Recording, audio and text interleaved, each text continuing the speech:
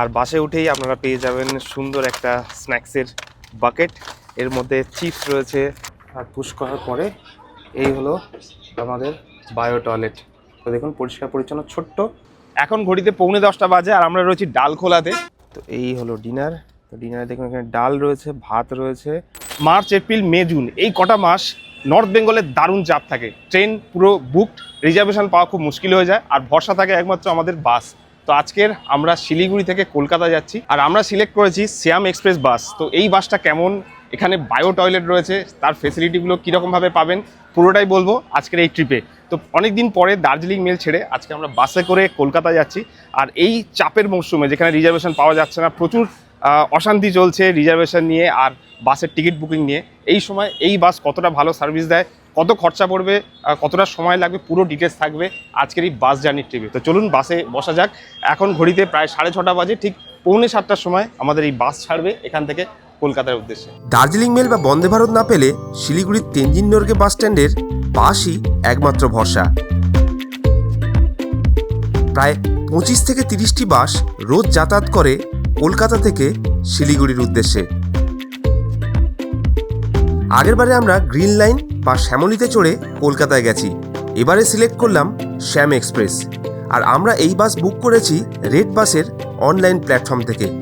আর কিভাবে আমরা বুক করলাম, কত ভাড়া পড়লো, আর কি কি ফেসিলিটি রয়েছে এই বাসে, যেতে যেতে পুরোটাই গল্প করব। বাস ছাড়তে আর 10 মিনিট বাকি, চলে এসেছি শিলিগুড়ি জাংশনে, বলা ভালো তেনজিং নরগে বাস স্ট্যান্ডে। তো এখান থেকেই আমাদের বাস ছাড়বে। প্রচুর বাস রয়েছে, খুব কনফিউশনে ছিলাম যে কোন বাসটা সিলেক্ট করব, কোন বাসে বায়ো টয়লেট ফেসিলিটি রয়েছে, কোন বাসটা বেশি কমফোর্টেবল। তো আমাদের সামনে সেই হলুদ রঙের হলুদ কালো বাস। এই বাসটা কিন্তু ফার্স্ট টাইম যাচ্ছি, এর আগে গ্রিন লাইনে গেছি, শ্যামলীতে গেছি, আজকে ফার্স্ট টাইম এই বাসে যাচ্ছি। তো চলুন বাসে ওঠা যাক, আর বেশিক্ষণ সময় নেই। আর এই বাসে চড়ার অভিজ্ঞতাটা পুরোটাই আপনাদের সঙ্গে শেয়ার করবো। বাসটা কিন্তু দেখতে বেশ সুন্দর লাগছে, আর দারুণ ভিড় রয়েছে।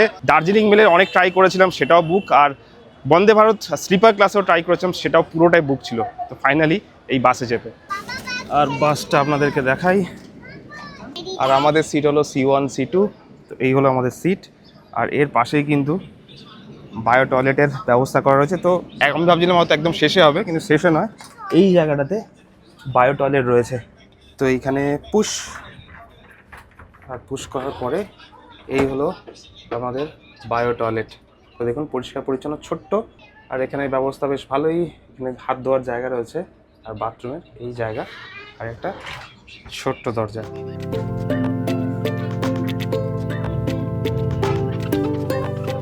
আর আমাদের বাস একদম রাইট টাইমে ছেড়ে দিয়েছে 6:45-এ। আর অনেকদিন পরে বাসে চড়ছি বলে একটা অন্যরকম ফিলিংস আসছে। প্রত্যেকবারই ট্রেনে চেপে চেপে ফাইনালি এইবারে বাসে চেপে যাওয়ার অভিজ্ঞতাটা আপনাদের সঙ্গে শেয়ার করবো। আর আমরা শিলিগুড়ি ছেড়ে আস্তে আস্তে এগোচ্ছি। তো এই হলো শিলিগুড়ি জাংশন, যেখান থেকে বাসটা ছাড়লো। আর তারপরে প্রায় 12 থেকে 13 ঘন্টা লাগবে কলকাতায় পৌঁছাতে। আর যেতে যেতে আপনাদের পুরো বাসে চড়ার অভিজ্ঞতাটা একের পর এক শেয়ার করতে থাকবো। এই ভিডিওটা কিন্তু একটু অন্যরকম, কিন্তু আপনাদের দারুণ ইনফরমেটিভ লাগবে, দেখতে থাকুন।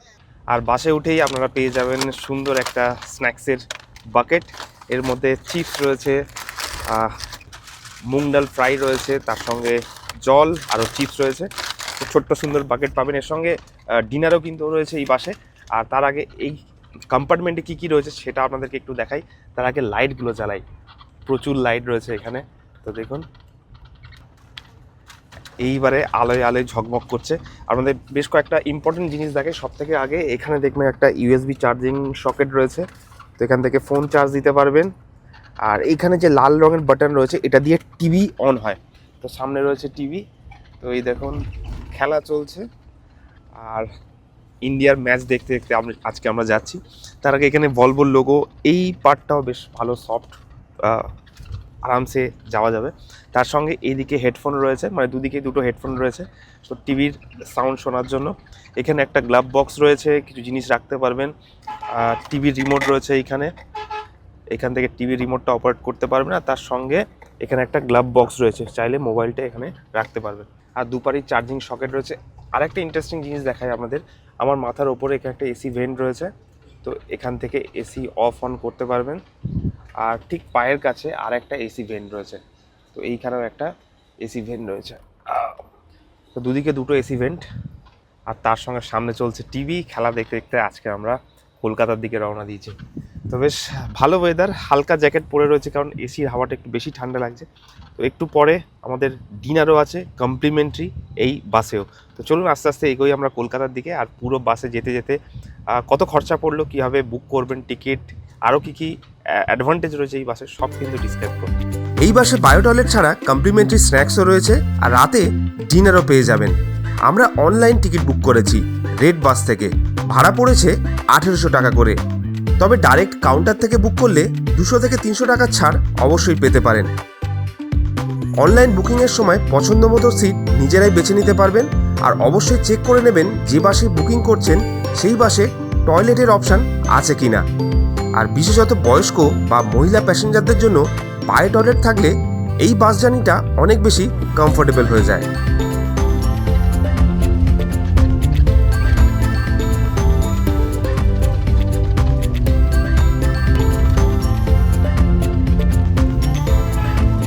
আর এই বাসের বেস্ট পার্ট হচ্ছে ডিনার। তো ডিনার চলে এসছে, দেখি ডিনারে কী কী দিয়েছে। তো চলুন খোলা যাক। তো এই হলো ডিনার। তো ডিনারে দেখুন এখানে ডাল রয়েছে, ভাত রয়েছে, পনির রয়েছে, আলু আর ফুলকপির তরকারি রয়েছে। এটার মধ্যে কি রয়েছে সারপ্রাইজ, এটার মধ্যে রুটি রয়েছে। তো যাই হোক একটাই রুটি, রাতে খাওয়ার জন্য সাফিসিয়েন্ট। যদি আপনাদের বেশি খিদে লাগে তাহলে বাস যেখানে দাঁড়াবে সেখানে খেতে হবে, বাকি রাতের জন্য কিন্তু এনাফ ডিনার কোয়ান্টিটি রয়েছে। তো চলুন খাওয়া দাওয়া শুরু করা যাক। তো এখানে দেখুন দুটো ব্রাউন কালারের বড় বড় ট্রে আছে, ট্রের মধ্যে প্লেট রেখে তারপরে খাওয়ার ব্যবস্থা রয়েছে। আর রাত্রেবেলা সাদামাটা খাবার, তবে খাবারটা খুব খারাপও নয়, খুব ভালো বলবো না, বাট ঠিক আছে। তো বাইরে খাবার কিনে খাওয়ার থেকে এখানে বসে খাওয়াটা আমার বেটার মনে হয়েছে। এখন ঘড়িতে 9:45 বাজে আর আমরা রয়েছি ডালখোলাতে। তো আমাদের যেহেতু বাসেই ডিনার হয়ে গেছে, তো এখান থেকে খাবার কিনে নেওয়ার কোনো প্রয়োজন নেই। অনেক সময় এখানে তাড়াহুড়ো করে খাবার দাবার অতটা ভালো করে না। আগেরবারে খেয়েছিলাম কাঁচা কাঁচা চিকেন ছিল, তো ওর থেকে ভালো বাসে বসেই খাওয়া, এটা একটা অ্যাডভান্টেজ ওই বাসের। আর এখানে এখন মাহল দেখুন, প্রচুর বাস দাঁড়িয়ে রয়েছে, প্রচুর আলোয় আলো। তো আমাদের বাসটা পিছনে রয়েছে, এখানে একটা ছোট্ট বায়ো ব্রেক ছিল, এরপরে আমাদের নেক্সট ট্রিপ শুরু হবে। তো চলুন বাসে বসা যাক, তারপরে আবার কলকাতার দিকে।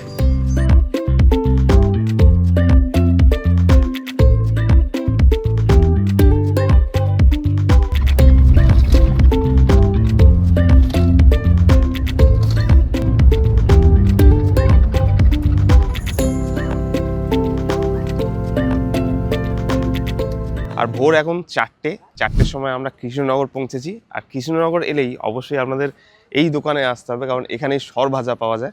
তো প্রত্যেকবারই যখন বাসে করে আসি এখান থেকে সর ভাজা কিনে নিয়ে আমরা যাই। তো এখন 20 মিনিট বাস এখানে দাঁড়াবে, আর এই 20 মিনিটের মধ্যে আমরা বায়ো ব্রেক নেবো, তার সঙ্গে সঙ্গে এখান থেকে সর ভাজা কিনে নিয়ে যাবো বাড়ির জন্য। চলুন যাওয়া যাক আর দেখা যাক সর ভাজা কত করে নেয় এখানে।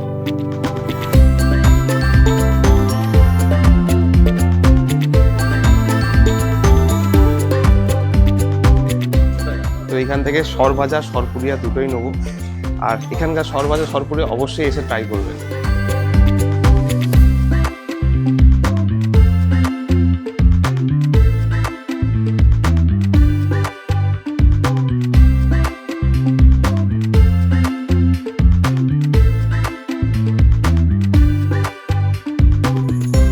তো সর ভাজা সরপুরিয়া নেওয়া হয়ে গেছে। আর এখান থেকে কলকাতা পৌঁছাতে কিন্তু এখন 4 থেকে 5 ঘন্টা লাগবে। তো এখনও 4 থেকে 5 ঘন্টা বাস জার্নি রয়েছে। তো চলুন কলকাতা পৌঁছে আবার দেখা হবে।